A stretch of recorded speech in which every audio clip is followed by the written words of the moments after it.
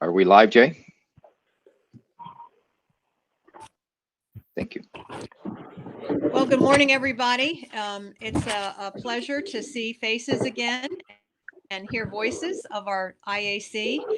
This is our June meeting, and we are going to begin the agenda with the consent agenda. We do not have, we do have a quorum. Elliot, do you want to sanction that for me, please?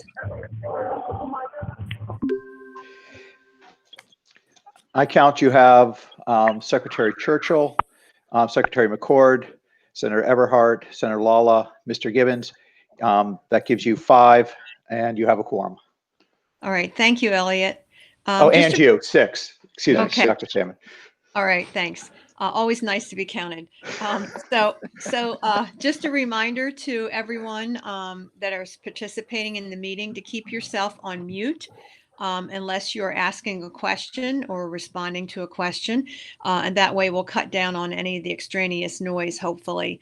We do not have any public comment today. Is that correct, Bob? We have no public comment and no revisions to the agenda. All right, thank you. So we can move into the consent agenda, and I would ask for a motion to approve the consent agenda. So moved. All right, so Brian Gibbons has moved. Do we have a second? Second, Lori Lala. All right, Okay. Second from the senator. All in favor, please say aye. Aye. Aye. Opposed? Opposed? Abstentions? It appears to me, and we have our attorney to sanction that was unanimous. There were no no's, no abstentions by voice vote. You passed the motion. Thank you very much. All right, let's move to the second part of our agenda, which is on reverted and reserved funding. And Alex Donahue, is her Deputy Director of Field Operations, is going to discuss this. This is not up for any vote. It's just for information, and it refers to page 77 to 81 in your program. Good morning. Good morning. Good morning. Good morning, Madam Chair and IAC members. Thank you. It's my privilege today to present this information about reverted and reserved funding. Reverted and reserved funding is created when dollars that the Interagency Commission allocates to LEA's projects are not actually spent on those projects and so are made available for reallocation. Statute lays out parameters for how the IAC reallocates those dollars. But this information is actually part of a larger topic, which is how the Interagency Commission fosters and supports and hopefully increases the educational sufficiency and fiscal sustainability of Maryland's public K-12 school facilities. The IAC does this through various activities in 2 main areas. The first area is its allocation of available state school construction dollars such that they have the greatest possible impact on teaching and learning in Maryland's public K-12 schools. The second area is its guidance and technical assistance to school districts as they manage their portfolios of school facilities. In the first area, it's our understanding that this mechanism was originally intended, and I'm speaking specifically about the reverting and reservation of funds, specifically intended to incentivize good and efficient project management to LEAs that bring a project's costs in below the allocated amount. Unfortunately, as you will see when we start looking at the numbers, this requirement may also be incentivizing project cancellations rather than reduced project costs. Now, in the second area of the IAC's work, guidance and technical assistance to school districts, the IAC has been working to help LEAs build and maintain stable and predictable project pipelines. The key to obtaining the greatest possible value from each available capital dollar is to immediately put it to work where it's most needed. But to do that, an LEA needs to have its projects prioritized, well-planned, and timely designed so that they are ready to execute as soon as the needed funds are available. Those funds are from the local or both. To do this, it's extremely important to be able to predict with reasonable accuracy the level of funding that will be available in at least the next 3 to 5 years. If an LEA cannot do that, it will be very difficult to effectively prioritize, schedule, and prepare projects to be executable in a timely fashion. The historically insufficient predictability of state funding from year to year for LEAs is one of the reasons why reversion and reservation has taken place to the extent that it has. In the background information included in your agenda today on reverted and reserved funding, staff have provided a table showing all the reverted and reserved funds by LEA from appropriation years 2006 through 2020. The total is rather large, $589 million, or nearly 13% of the total. And with the annual escalation in the cost of construction, which has been averaging about 4% a year in recent years, a one-year delay in deploying a dollar results in a 4% reduction in its buying power. Some LEA's governing authorities will not invest local dollars to begin project development and design until and unless a matching state dollar is guaranteed. For instance, if a project reverts after 2 years because the budget was not sufficient, and then finally goes to construction 2 years after that, the buying power is reduced by about 17%. Besides needed facilities improvements being delayed, the amount of work LEAs can afford to do with their available dollars shrinks, while their unmet needs only continue to grow. After reversions due to savings on projects, which is a good thing, we find over the last 10 years that $221 million, or about 38% of reversions, resulted from LEAs canceling projects.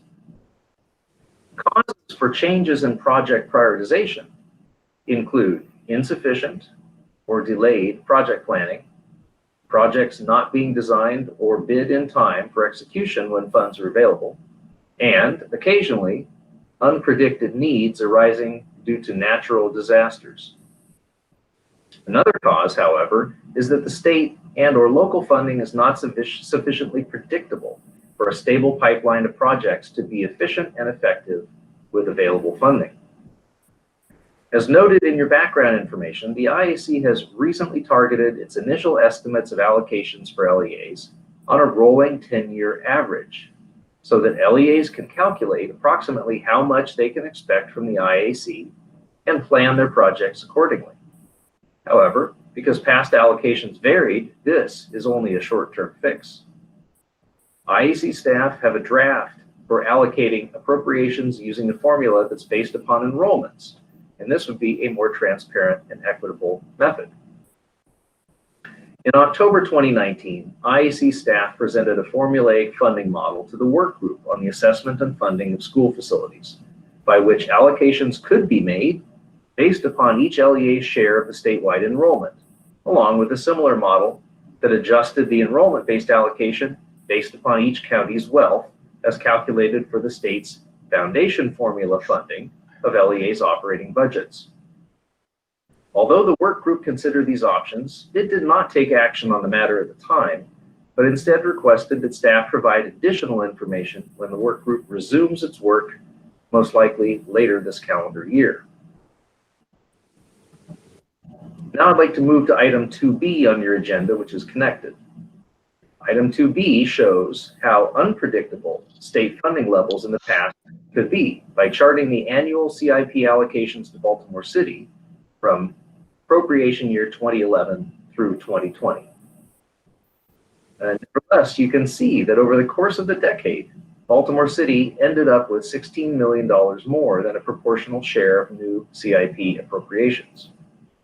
Although the IAC does not have to allocate based upon enrollments and has not made a practice of doing so, this data clearly refutes Baltimore City's claim at the last meeting that the IAC has supplanted new authorization funding with reserve funding.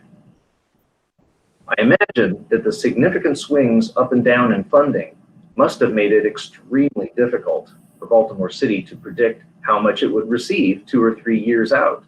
And so city schools would have had difficulty maintaining a stable pipeline of projects that could be ready for execution when their funding became available.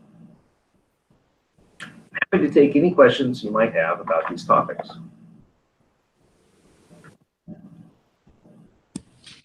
Questions for Alex?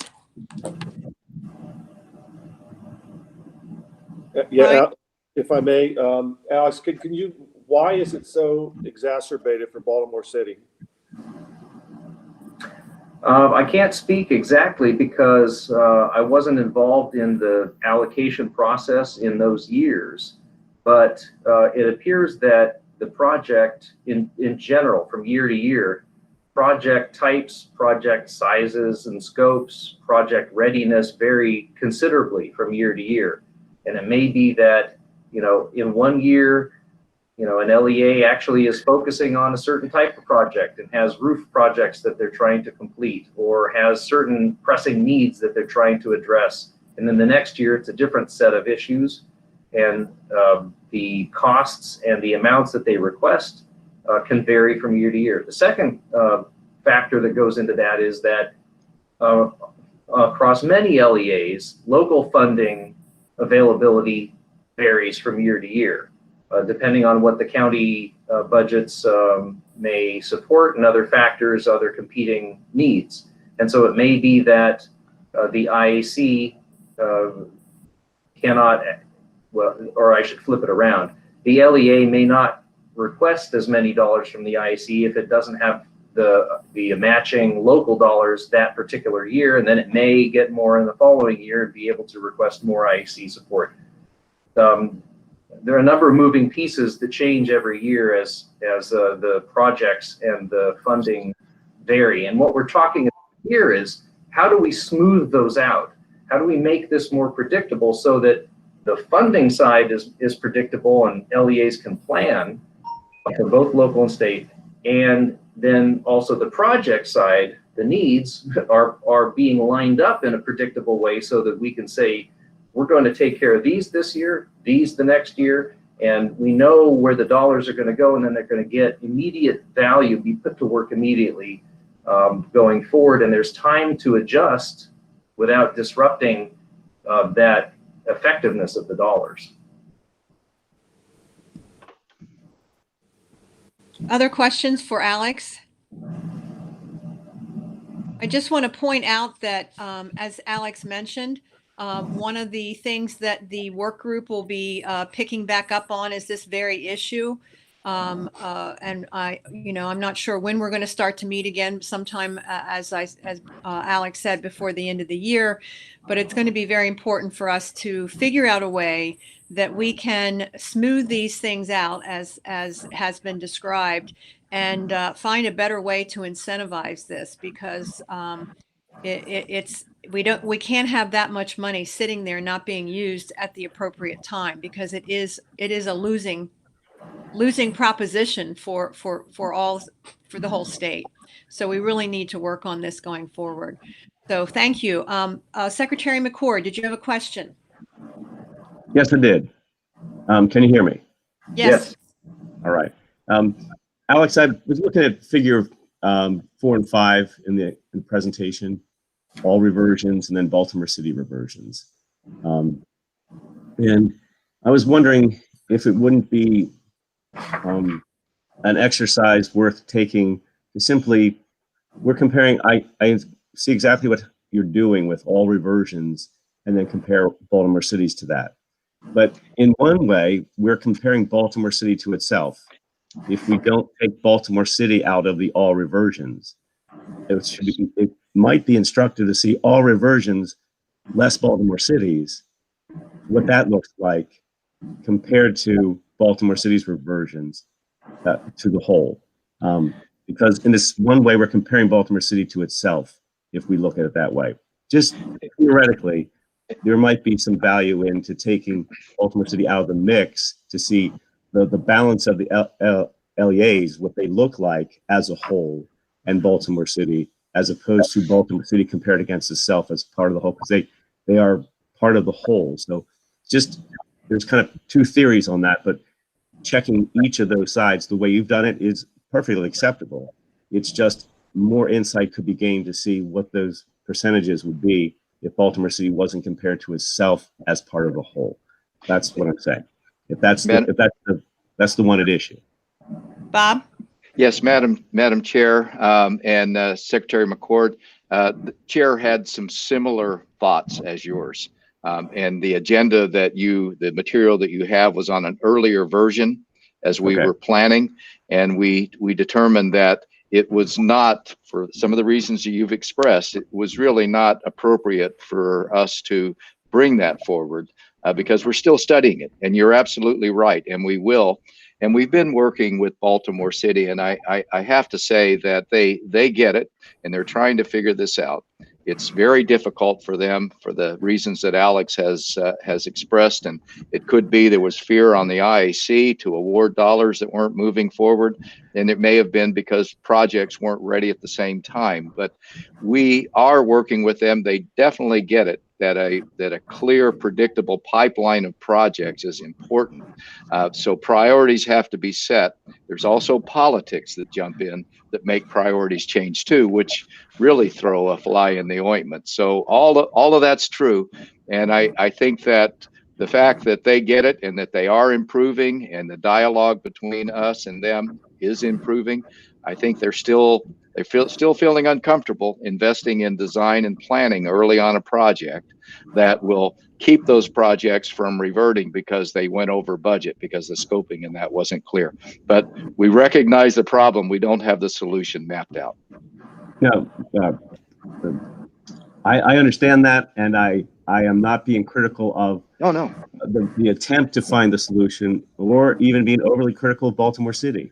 I'm just trying to figure out ways that we present the information to each other that's truly given us insight. That's all. So I'm not, Thank you. That's all I'm doing. Thank you, guys. Thank you. Appreciate that. Thank you, Secretary. That was a good point, and appreciate that. And we will certainly add that to our analysis going forward. Thank you, Alex. Thank you. We're now going to move to facility status change items, and I'd ask Michael to come forward to present, please. And this is pages 82 and 83 of your materials, and this will require a vote. Thank you very much, and good morning, Commissioners.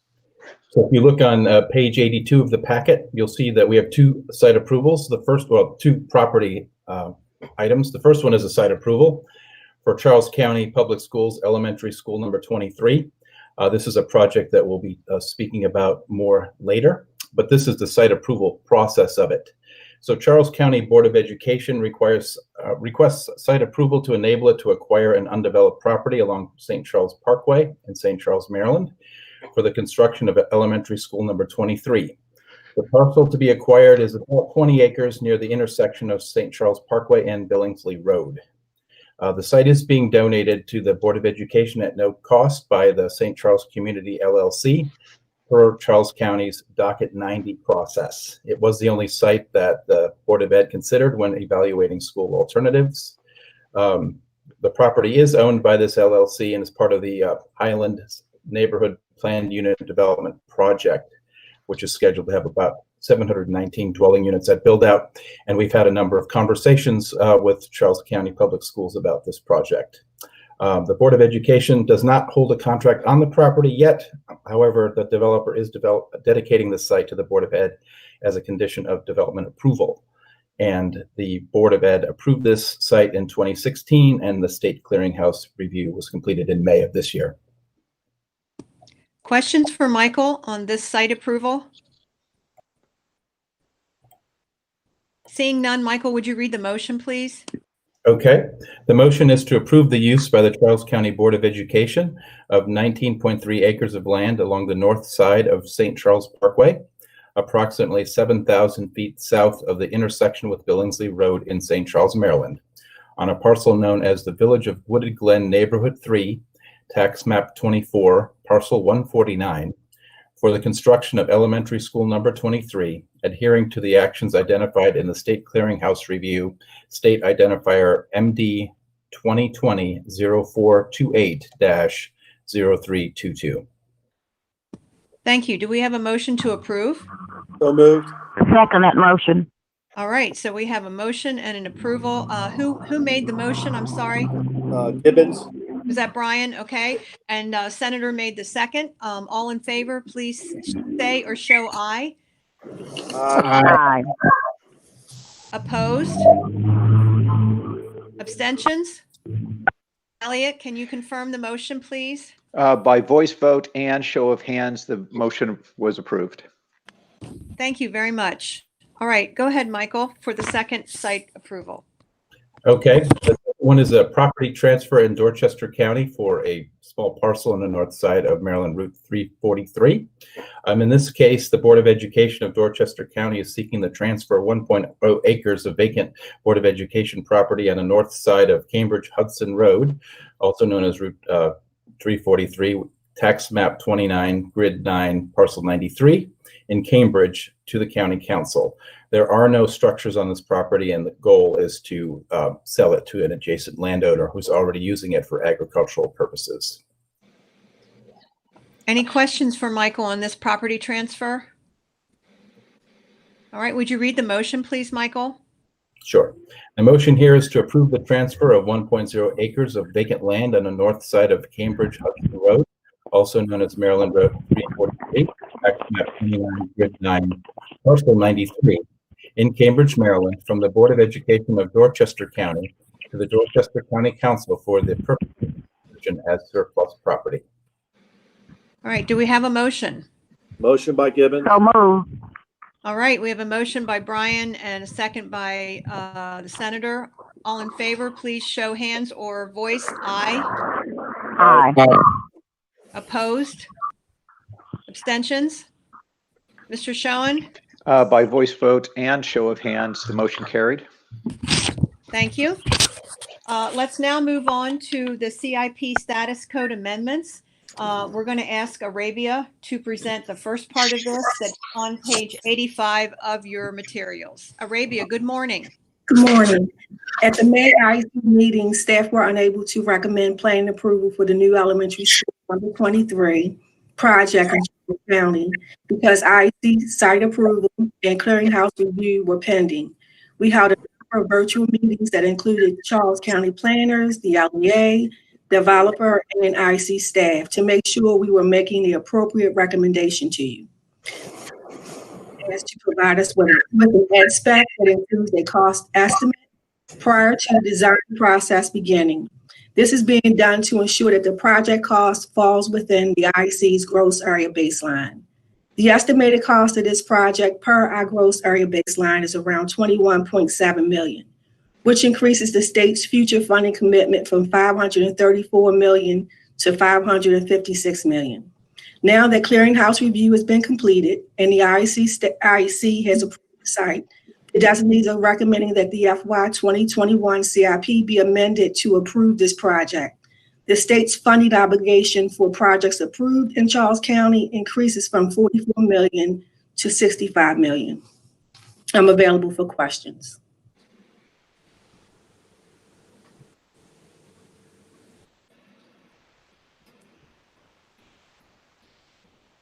I can't hear anything. You're muted, Dr. Salmon. I'm sorry. Questions for Arabia? All right, would you read the motion, please, Arabia? Yes, to approve Charles County Public School Systems request to amend the FY 2021 CIP status code for the new elementary school number 23 CIP project from B status, planning due to fiscal constraints, to an A status, approval of planning. Do we have a motion to approve? So moved by Gibbons. All right, we have a motion to approve. Do we have a second? Second Churchill. Second from Secretary Churchill. All in favor, please show or say aye. Aye.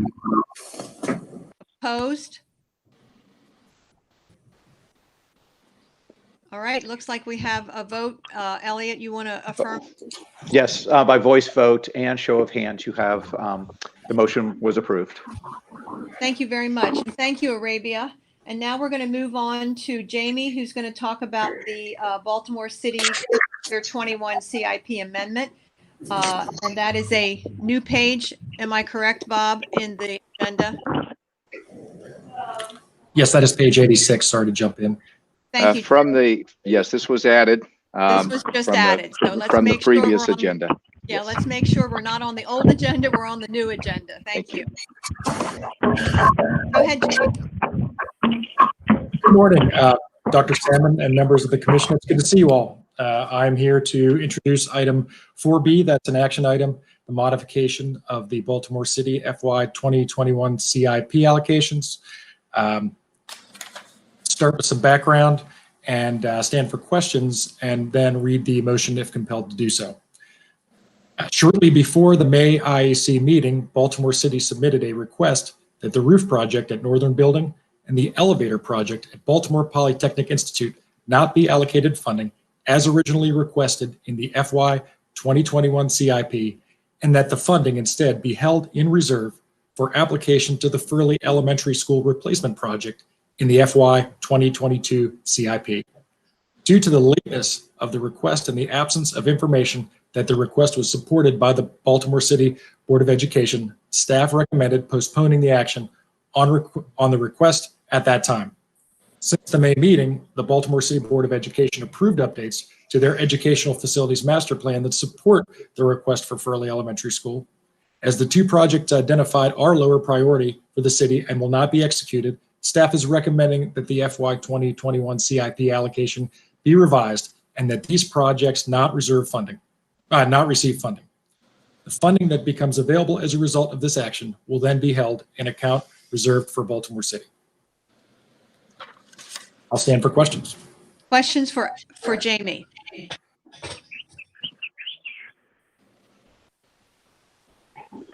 Madam Chair, if I may. Yes, Brian. I can't locate this. I must have been looking at the old agenda and I can't locate it. Can you explain again the specific action that is being taken?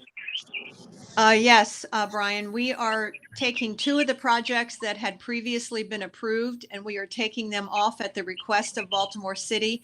And we are then going to use that funding to hold for them to use in the future for Furley Elementary School. Okay. Secretary Churchill? Yes, so I'm of course in favor. This would put over $5 million in the reserve fund for Baltimore City. And Jamie, how long would they have to use it? These funds by statute are required to be reallocated within 2 years. But the LEA does anticipate requesting construction funding in the FY 2022 CIP. Okay, thank you. Any other questions? Just a reminder for everybody to mute yourselves. We still see having a little bit of trouble with some extra sound. Jamie, would you read the motion, please? I sure would. The motion is to reconsider the approval of the FY 2021 CIP allocation to Baltimore City Priority 24 Northern Building number 402 roof replacement of $4,992,000 and the allocation to Baltimore City Priority 25 Baltimore Polytechnic Institute High number 403 elevator of $446,000. Allocations to these projects will be revised to zero. Available funding will then be held in the reserve account for Baltimore City, consistent with Section 5 of the Educational Article Annotated Code of Maryland. Thank you. Do I have a motion? Yes, I'd like to move that. Thank you, Linda. Do we have a second? Second, Churchill. All right, we have a motion and a second. All in favor, please say or show aye. Aye. Aye. Opposed? Abstentions? Mr. Schoen? By voice vote and a show of hands, the motion passed. Thank you very much, Jamie. I appreciate it. Thank you. All right, Arabia, we're going to have you come back on, please, for Section 5, Program Adjustments. Yes. Starting on page 87 of your materials. Yes, Allegheny County is requesting an extension to place the Georges Creek Elementary School boiler project funded through the FY 2019 Aging Schools Program under contract in order to complete the project and seek reimbursement. Due to staff turnover and changes to scope, the project was delayed and did not move forward as expected. The designees are recommending approval of the LEA's extension request. Are there any questions? Questions for Arabia on this particular motion for Allegheny County?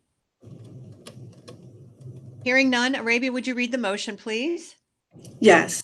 The motion is to approve Allegheny County Public Schools' request to extend the June 28th, 2019 deadline for the agency program to be under contract by 18 months. And also to approve Allegheny County's Public Schools System's request to extend the December 3rd, 2019 deadline to request reimbursement for the Georges Creek Elementary School project by 12 months. Thank you. Do we have a motion to approve? Approve. The Senator? Move to approve. Yes, move to approve. Gloria Lawler. Thank you. Do we have a second? I'll second it. Second from Linda Eberhardt. Thank you. All in favor, please say or show aye. Aye. Aye. Opposed? Abstentions? Brian, were you opposing? No, I was not opposing, sorry. Okay, thank you. All right, Mr. Schoen. Thank you, Dr. Salmon. By voice vote and show of hands, the motion was unanimously passed. All right, thank you so much. All right, Arabia, let's move forward to Cecil County. Yes, Cecil County Public School System is requesting an extension to the June 1st, 2020 deadline for encumbering the funding for the approved 16 lead projects and 2 mold remediation projects allocated through the Healthy Schools Facility Fund program. The LEA commented that the schedule for the Board of Education was not expected to occur prior to the deadline and therefore would be unable, the LEA, to purchase the materials needed to proceed with the scope of work. The designees are recommending approval of the LEA's extension request. Questions for Arabia on the Cecil County request? Hearing none, do I have a motion to approve? So moved, Robert McCord. Secretary McCord, Second, Gibbons. second, Brian. Okay, all in favor, please show or say aye. Aye. Aye. Aye. Aye. Opposed? Abstentions? Motion carries. Thank you. All right, Arabia, let's go on to the delegation of authority to approve extensions to the executive director. Yes, due to the recent request for extensions to the funding program deadlines, which is mainly the result of COVID-19 and staff turnover, the designees are recommending that the IAC delegate authority to the executive director to approve project extensions so that the turnaround time on extension requests can be reduced, allowing projects to proceed expeditiously. Any questions? Questions for Arabia on this request? So this, just to be clear, Arabia, these would be the things that we just voted on. Yes, ma'am. These types of extensions that we would be saying it would be fine for the director to go ahead and approve so that we would not have that time lag. Yes, ma'am. And only for the aging school program. Correct. Thank you. Linda, you have a question? So is this for the next 12 months, or infinity, or how long? That's a great question. It sure is. Madam Chair, we would be fine with modifying this and adding it the next 12 months. That's perfect. Okay. Thank you. No, I'm not pushing that. I'm just. No, but I think you're right. Good recommendation. We need to have a time limit on that. So. Yes. And I just wanted to clarify that it's for aging schools, Healthy School Facility Fund, and school safety projects. Right. We're not talking about the CIP. Though. Right. Yes. Yeah. Okay, good. All right. So Arabia, could you read the motion with the amendment that Bob has suggested, please? To delegate authority to approve project extensions for projects funded through the Aging Schools Program, the Healthy School Facility Fund, or the School Safety Grant Program so long as the extensions do not violate any legal requirement. Any grant extensions are to be reported to the Interagency Commission at their next regularly scheduled meeting. And Bob, you can add on, please. Yeah, to delegate authority, and Madam Chair, I would suggest to one of your members if they want to insert it for the next 12 months to approve project extensions. That's great. All right. Do we have someone that can make that motion, please? So moved. All right. And Brian, you're fine with adding that for the next 12 months to that motion? Yes, Madam Chair. All right. Thank you, Brian. And do we have a second? I'll second it. All right. Linda Eberhard has seconded the motion. All in favor, please say or show aye. Aye. Aye. Opposed? Abstentions? All right. Mr. Schoen, Yes, by voice vote and by show of hands, the motion passed thank you unanimously. very much. All right, Arabia, and the Healthy Schools Facility Fund transfer for Washington County. Yes, Washington County Public School Systems determined that the water fountain replacement project at the Washington County Technical High School, funded through the FY 2020 Healthy Schools Facility Fund, was no longer needed and would like to reallocate the funding to cover a portion of the local share for the approved Cascade Elementary Water Fountain Project. The designees are recommending approval of the LEA's request. All right. Do we have a motion to approve? I move to approve. Do we have a second? Second from McCord. All right. So Linda had the motion and Secretary McCord the second. All in favor, please say or show aye. Aye. Aye. Aye. Opposed? Abstentions? All right, motion carries, I assume. Mr. Schoen. Mr. Gibbons, did you have a vote on that? Aye. Thank you. Yes, by voice vote and show of hands, the motion passed. All right, thank you so much. Thank you. All right, thank you, Arabia. And Kim, good morning. You're going to go through the material on page 91, which is the authorization and approval of allocation for Frederick County E-rate reimbursement. Yes, good morning. Good morning. The item before the commission today is related to the E-rate program, which ensures that schools and libraries across the U.S. are connected to information and resources through the internet. The Schools and Libraries E-rate program provides funding towards eligible services for schools and libraries for the expansion of broadband special fiber infrastructure improvements. The funding request before the IAC in this item is for the Blue Heron Elementary. This is a new school currently under construction. The item before the IAC is to approve the 10% state match, and Universal Service Administrative Company has approved the grant for the remaining 90%. Are there any questions for this item? Okay, so should I read the motion? To authorize and approve the transfer of funds from the FY 2021 reserved appropriation account for reimbursement to Frederick County for Blue Heron Elementary in the amount of $9,500.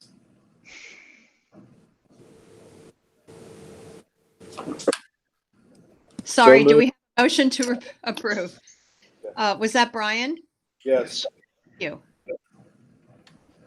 And do we have a second? I'll second. All right, second from Linda Eberhard. All right, all in favor, please say or show aye. Aye. Aye. Opposed? Abstentions? All right, Mr. Schoen, The vote passed unanimously by voice vote and show of hands. thank you very much, Kim. And would you then go on to the fiscal year 22 cost per square foot for school construction, page 92 of the materials? Okay, in accordance with COMAR, each year the IAC analyzes multiple market sources and compares the cost per square foot for school construction projects and adjusts its figure accordingly. The cost per square foot figure that is set is applied to major construction projects such as new, replacement, renovations, and additions in the coming 2022 fiscal year. This year's analysis was based on 5 bids, 3 elementary schools, 1 high, and 1 special education building that averaged $334 per square foot for construction, and a review of the National Building Cost Index. Based on the factors, the IAC staff recommends that the IAC increase the cost per square foot figure by 3.5%, increasing the current FY 2021 cost figure of $329 per square foot to $341. Are there any questions regarding this item? Questions for Kim on this item? Madam Chair? Yes, Brian. Yeah, I don't really have a question. I do want to make an observation, though. I think that given what's going on right now, construction prices may not increase this year, and that I would just encourage the LEAs to the extent they possibly can, even if they've had a bid, to get the most up-to-date bids as possible, because we're seeing it, at least in the private sector, that the contractors, are being a lot more aggressive on their bidding than they had been over the last several years. Brian, that's an excellent point. Thank you. And I certainly think we should get that message out, Bob, to the LEAs. Thank you, Madam Chair. Yes. All right. Would you read the motion, please? To adopt the FY 2022 statewide per square foot building cost of $341 per square foot for building only. Do we have a motion to approve? So moved. All right, from Brian Gibbons. Do we have a second? Second, Gloria Lawler. Second from the senator. All in favor, please say or show aye. Aye. Aye. Aye. Anybody opposed? Any abstentions? All right, Mr. Schoen. By voice vote and show of hands, the motion passed unanimously. All right, thank you very much. That brings us to the end of our agenda. And I want to thank everybody for being a participant today. Do we have anyone that wants to make a comment? Secretary Churchill. Thank you, Madam Chair. I just wanted to indicate that the department on March 13th of 2020 sent out a memorandum to all the LEAs from our public school construction program, notifying them that we had changed our submission ability to submit documents, believe it or not, totally digitally. Wow. And they were all in print. And this memorandum was sent out just at the start of our COVID-19 process. But I just wanted to thank all the LEAs for adopting that memorandum as a part of their process. And it will greatly improve our efficiency in terms of responding to, receiving and responding to the LEAs.